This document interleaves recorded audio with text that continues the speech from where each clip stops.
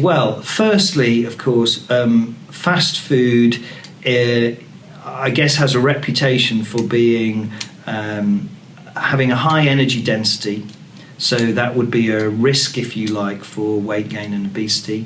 Having a high salt content, so that in itself is a risk factor for hypertension and heart disease. Having a high fat content, so again, risk factors for heart disease and cancer.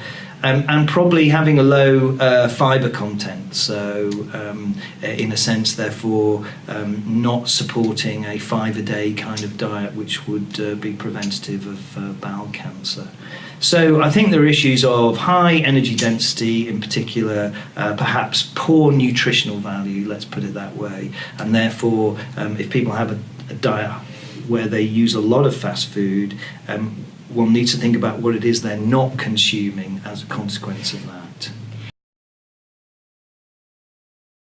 Well, I guess because there's a lot of choice, because it's convenient, maybe people are time poor, and maybe the price is right in the sense that perhaps fast food is relatively cheap, though of course nutritionists would certainly argue that for the same price it's possible to create meals which are much more nutritionally desirable, one might say.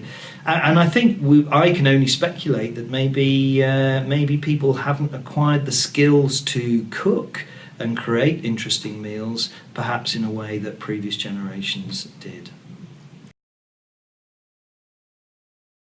I think the rules, the recommendations are pretty straightforward, and they could be summarised as eat a little bit less, exercise a little bit more.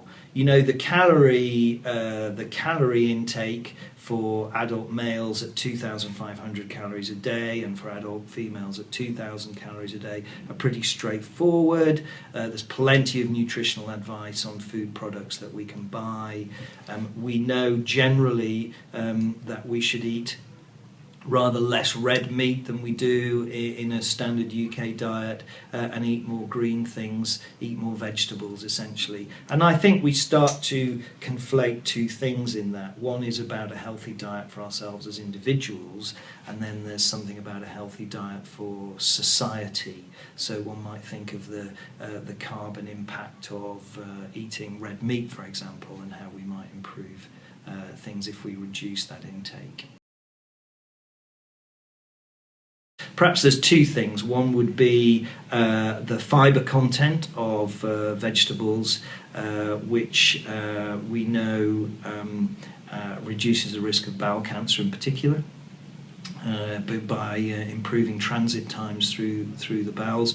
And of course a mixed diet which helps our gut fauna is important.